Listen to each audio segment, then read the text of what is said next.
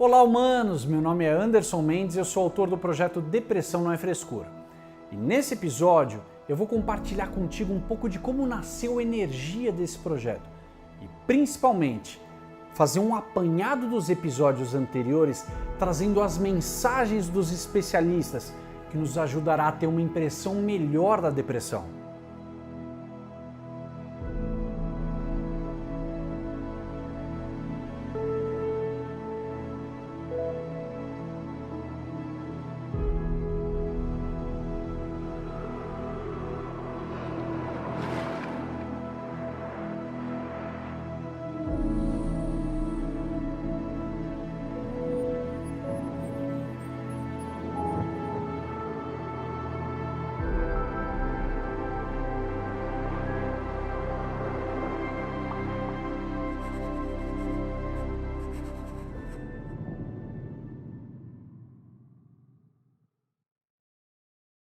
O objetivo da série, desde o início do projeto, teve como base na entrega da informação, do acolhimento e, principalmente, da esperança.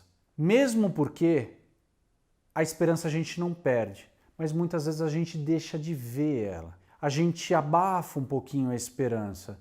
E dependendo da complexidade da dor que a gente está tendo, a gente acha muitas vezes que a vida não tem mais jeito. Mas a vida tem jeito, a vida tem graça, a vida vale a pena. E é para isso que a gente está aqui.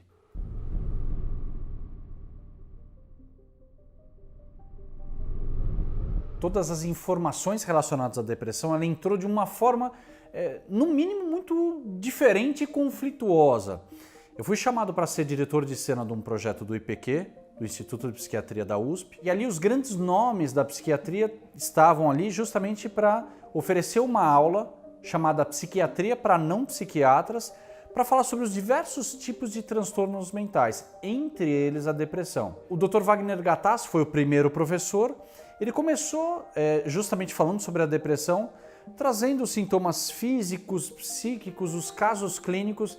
E a minha identificação era tão grande naquela altura que eu me desconectei do meu trabalho. Mesmo tendo a informação, sabendo que muito provavelmente eu tinha depressão, eu ainda fui embarrigando o problema, embarrigando. Deu mais ou menos uns 6 meses. E eu estava num dia absolutamente normal, tranquilo, com todas as áreas da minha vida preenchidas, no meu trabalho, na minha relação, com os meus pais, amigos, família, estava tudo super tranquilo. Eu entrei no metrô de São Paulo, comecei a chorar de uma forma compulsiva, desesperadora, e chorava, não parava de chorar.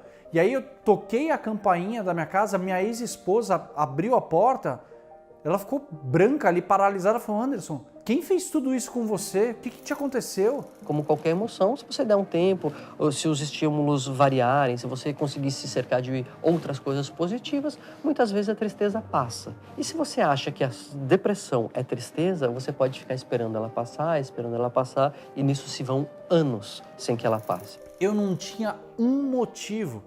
O que muitas vezes é ainda muito complexo pra gente, porque você tá num estado de caos total e não ter um único motivo para isso é um conflito muito grande.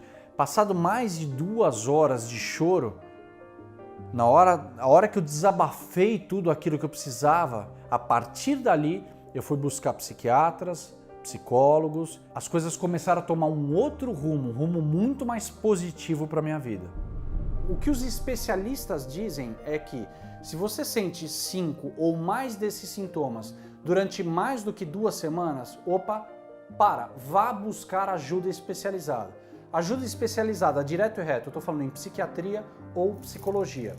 Eu acho que você precisa buscar ajuda especializada a partir do momento que você começa a perder as coisas. Perder compromissos, sabe? Perder reuniões de amigos, perder os amigos. Se eu sou jovem, eu vou conversar com algum responsável.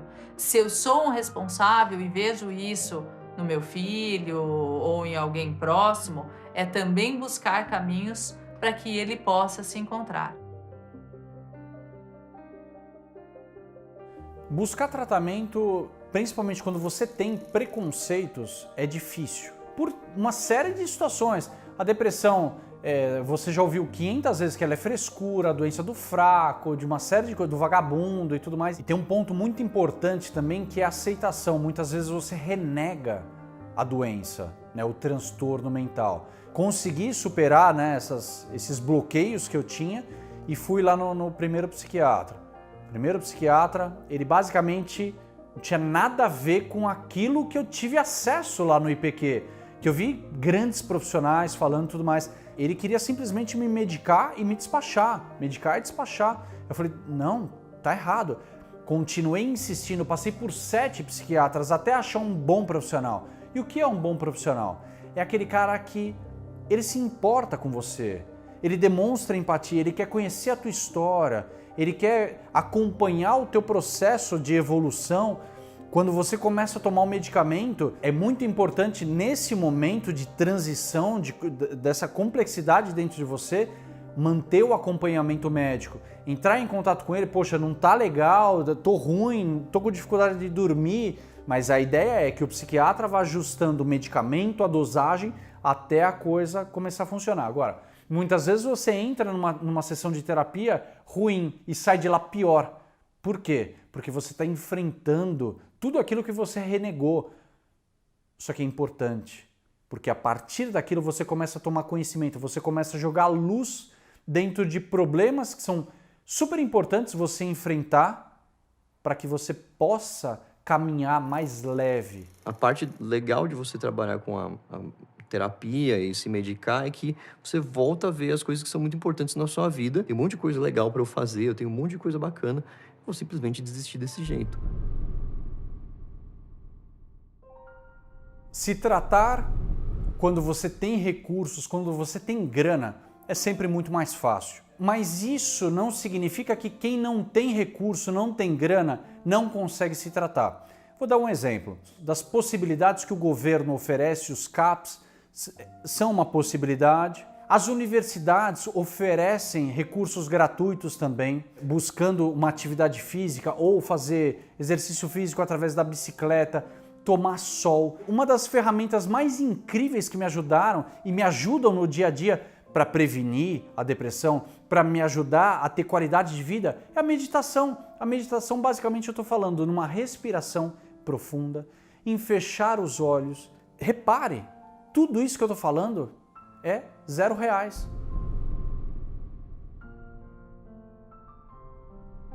A pessoa com depressão, ela está mal e não é fácil para ela.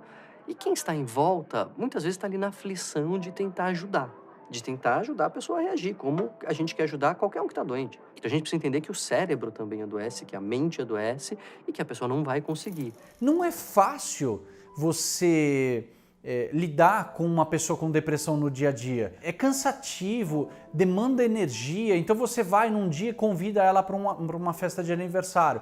Ela não quer ir. Aí deu 2 semanas, você convida para um outro evento, poxa, a pessoa não quer ir e tudo mais. Você vai ficar convidando, sim. Isso demonstra que você está disponível para ela, que essa pessoa é importante para você. Só ela consegue entender o tamanho da dor que existe dentro dela. Às vezes a pessoa não quer buscar ajuda, ela não tem força para buscar ajuda. Então a gente precisa estar a todo momento ali, fundamentalmente não julgando.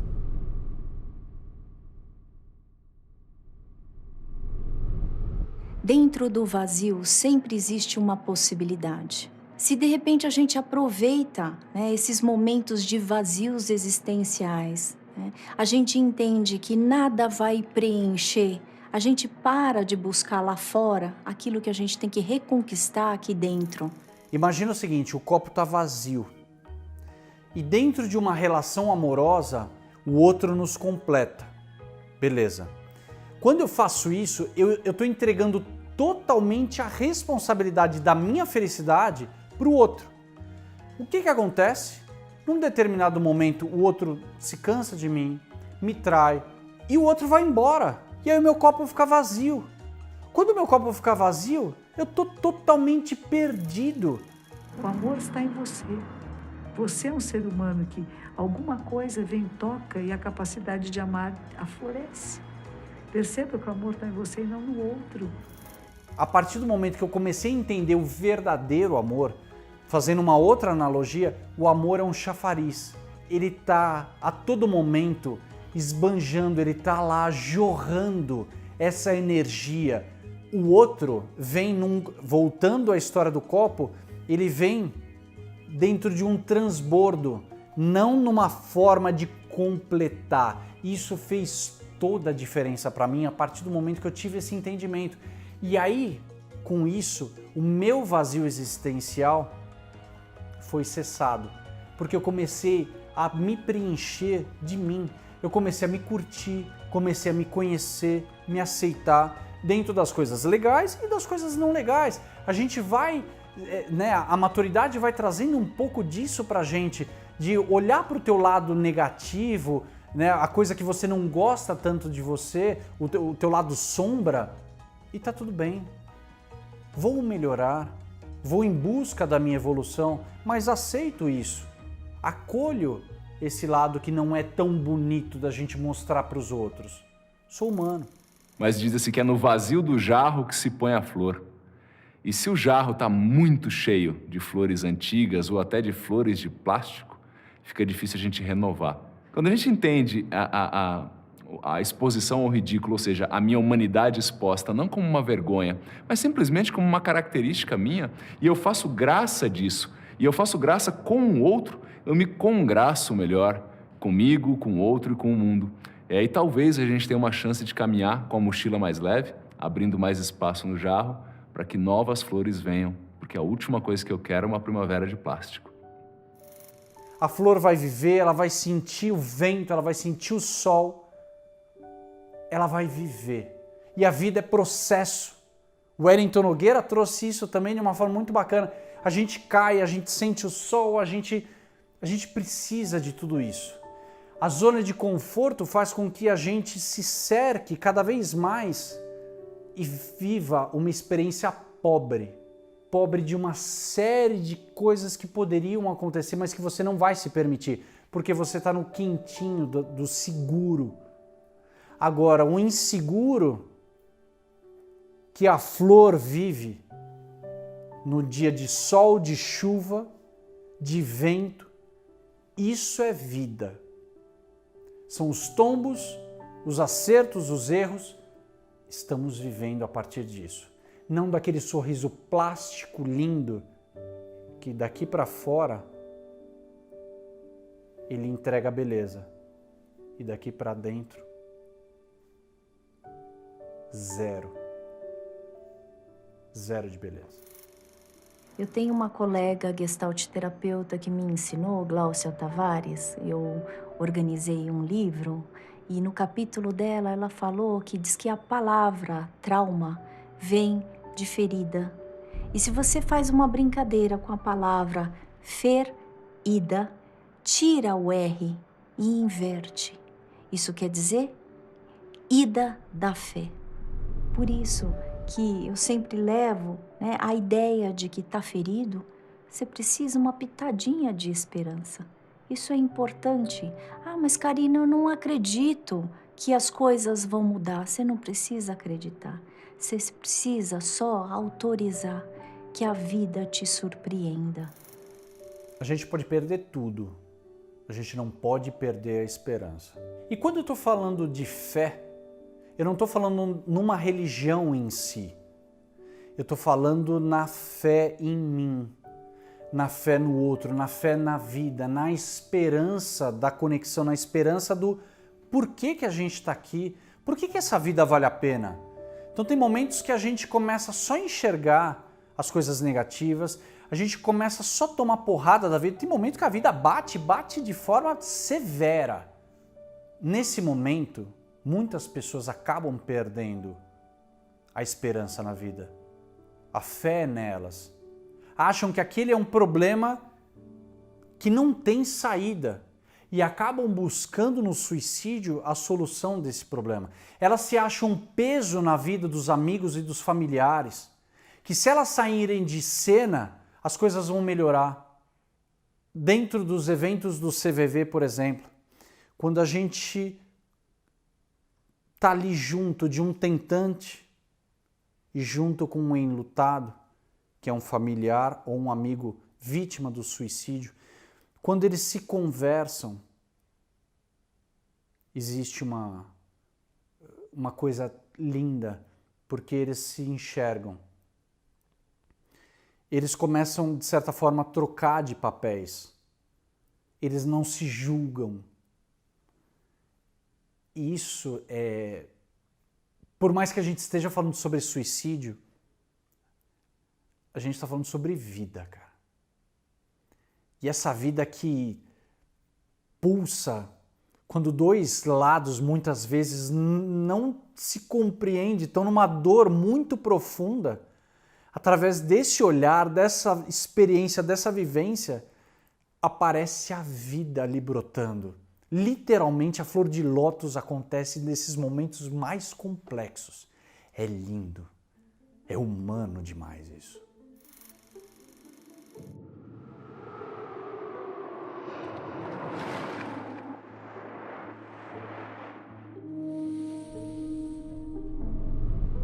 Tem que conversar. Se você guardar o negócio pra você, você vai fazer merda.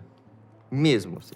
Fazendo uma analogia aqui, imagina o seguinte, você tá com uma casa totalmente abafada, com uma série de caixas aqui dentro, quando você desabafa, você joga tudo isso para fora. Quando você joga tudo isso para fora, em primeiro lugar você se sente mais leve. Esse é o primeiro benefício do desabafo. Nem todas as caixas você vai voltar a colocar elas dentro de você. Então você já começa a ter um pouco mais de clareza, você já começa a organizar melhor os teus pensamentos e os teus sentimentos. Mesmo porque a Karina Okajima Fukumitsu também traz uma outra frase que é muito potente nesse sentido. Quem não explode, implode. E eu implodi muitas vezes.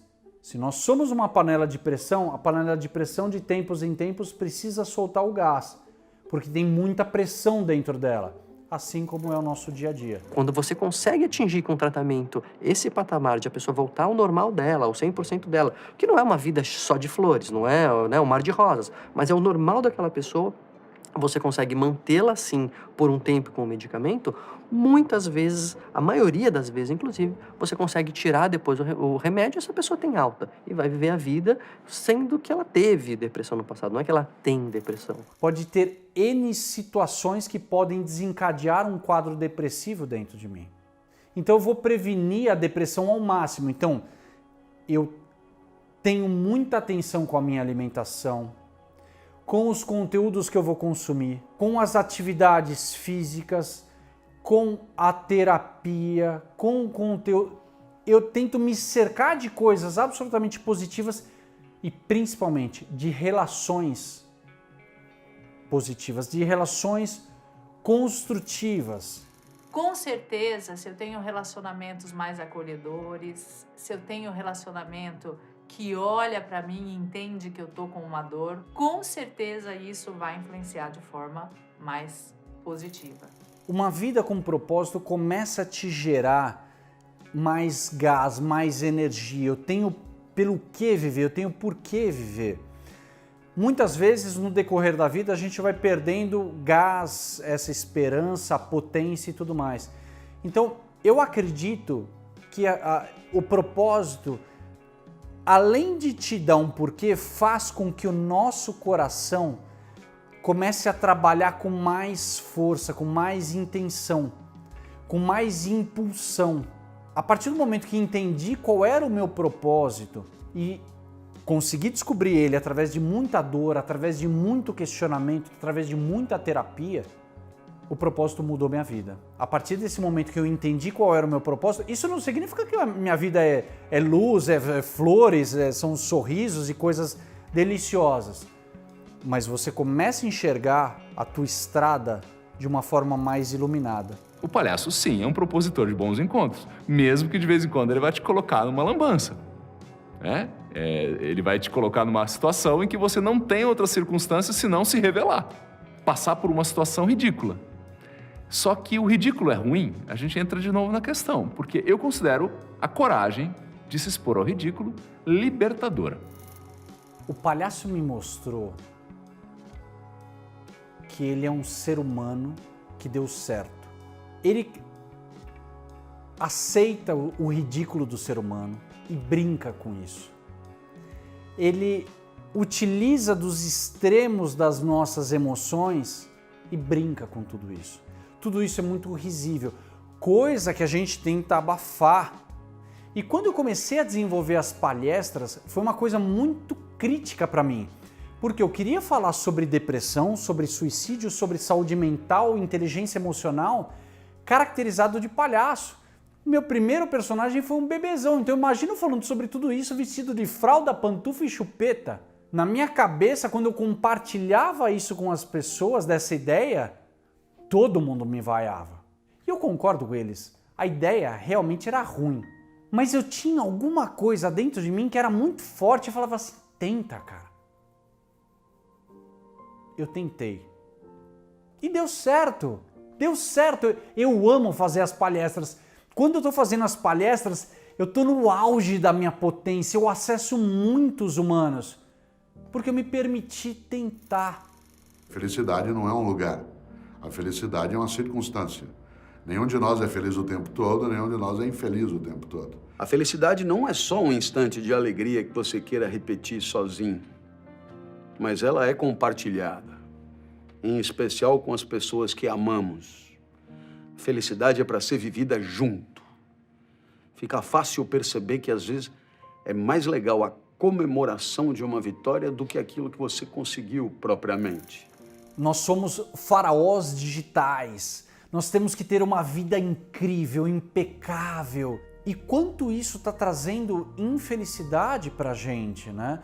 A gente não está esperando para ser feliz no lançamento da série, né? Esse é um bom exemplo disso que a gente está vivenciando hoje aqui. A gente começou a filmar essa história em 2018, no comecinho de 2018. Agora, você imagina, são 2 anos, o ano inteiro de 2018 e quase o ano inteiro de 2019, para eu poder curtir somente lá. Cara, tá errado. E quantas vezes eu passei por isso?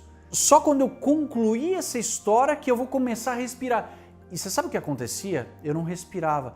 Quando eu entregava, por exemplo, um projeto que eu tivesse orgulho, que eu tivesse curtido e tudo mais, o que acontecia? Saiu um peso de mim. Então, esse contexto, esse conceito da felicidade estar na ponta do iceberg, na ponta da montanha, cara, foi um erro danado. Os professores Clóvis e Cortella mandaram um golaço pra gente.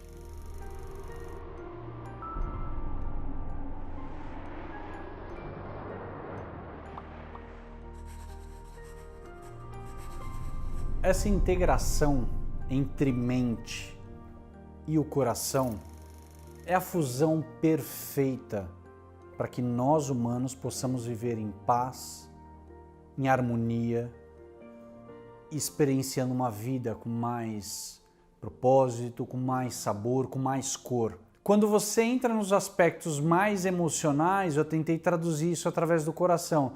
Quando você precisa das ferramentas mais de autoconhecimento, olhar mais para você dentro dos teus aspectos, das tuas sombras, da tua luz, do teu todo. O teu todo é essa fusão, essa união, essa integralidade dessa história como um todo. Então, eu fiquei muito feliz quando eu entendi e a gente conseguiu representar isso, onde a mente e o coração, quando eles se dão as mãos, sabe o que acontece no bonequinho? Vem um sorriso. E é exatamente assim que nós humanos precisamos caminhar. Com essa união entre mente, coração, eu e você.